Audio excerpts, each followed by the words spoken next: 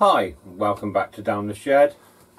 So today's just going to be a quick reading of diodes and transistors.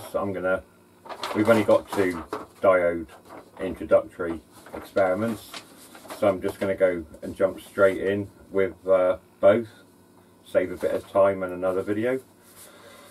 So there will be some pictures of this added in. You may see one here.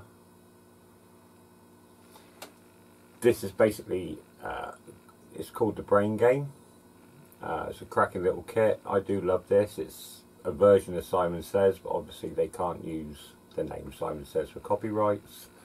And this has got, I think it's a Zener, and I don't know what that one is, but it's got two diodes and one transistor in it. So we'll just put this up. Ooh, we'll just get it flashing again. Put this up here. Easier said than done. Leave that there. So, an introduction to diodes. So, the diode is an electronic device that allows current to flow in only one direction. In our water pipe analogy, it may be thought of as the check valve shown here. So, I'll put the picture of that up here. The check valve only allows water to flow in one direction, to the right in this drawing. There is a small spring, and if the water pressure exceeds a certain level, then the spring will be stretched and the valve opened. If the pressure is to flow to the left, then the plate will be pressed against the solid stop and no water will flow. So basically, a diode allows electricity to flow in one direction.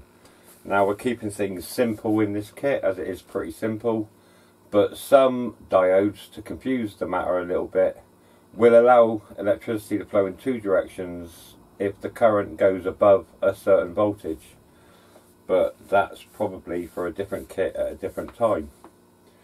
Electronic diodes are made from materials called semiconductors, so called because they have more resistance than metal conductors but less than insulators.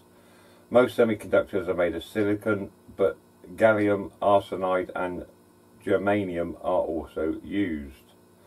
Their key advantage is that by using special manufacturing processes, their resistance is decreased under certain operating conditions.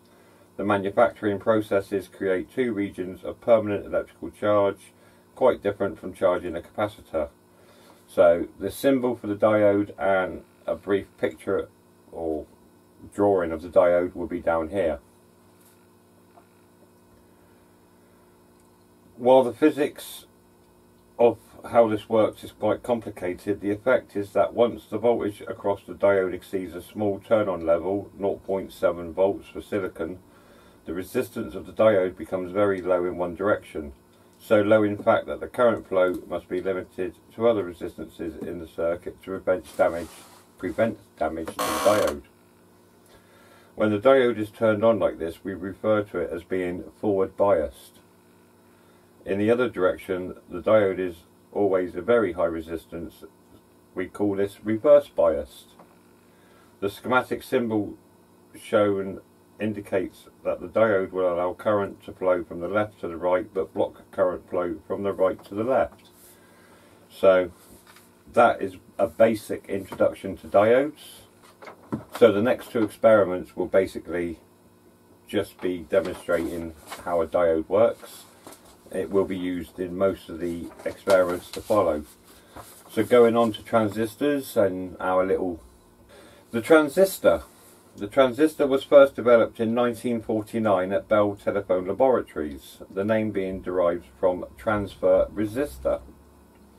It has since transformed the world. Did you ever hear of something called a vacuum tube? They are large and can be found in old electronic equipment and in museums.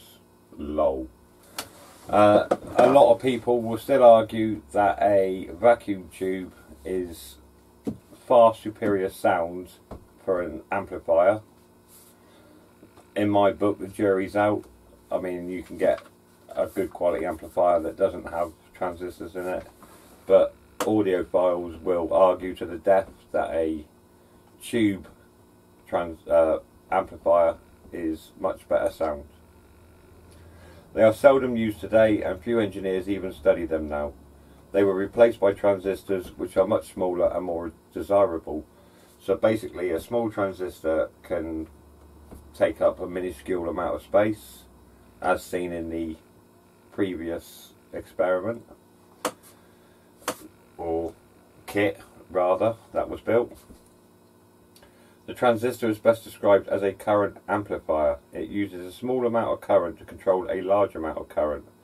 There are many different families of transistors, but we'll only discuss the type included in our electronic playground called an NPN bipolar junction transistor, or BJT, and made of the semiconductor silicon. It has 3 connection points called the emitter, the base and the collector. The base is the only pin that you can never get wrong in a circuit. You can get the emitter and the collector the wrong way round, and as the photograph up here will show, a transistor is basically a semicircle with a straight line.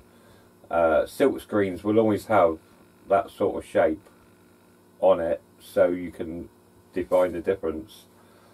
The water analogy picture will be here, and the symbol and picture of a transistor itself will be here.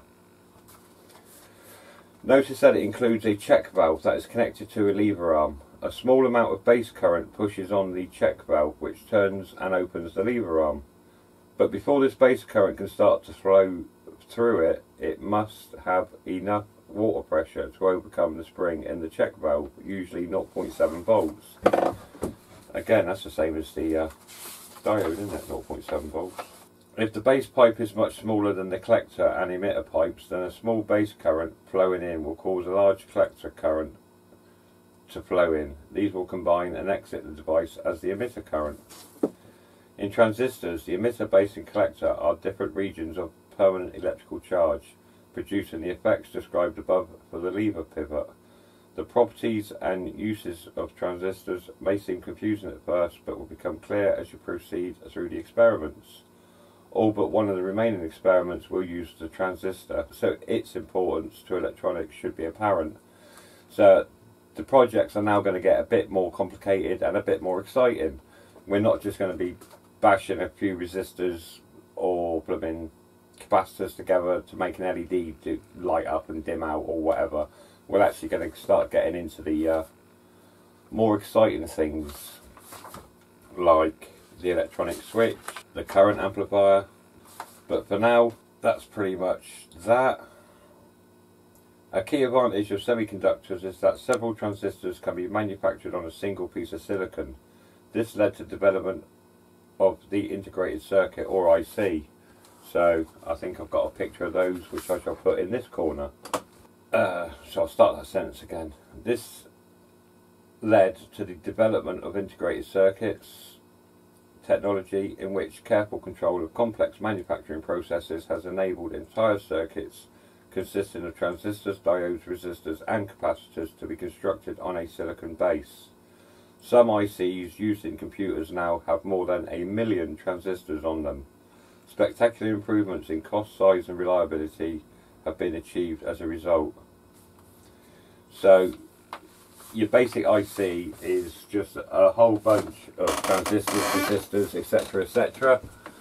Our next 2 experiments will be one-way current and one-way light bulbs, just demonstrating the use of the diode.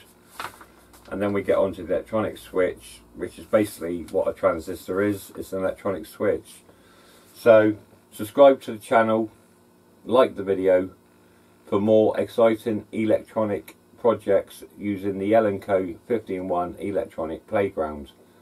Thanks for watching, and I'll see you in the next one.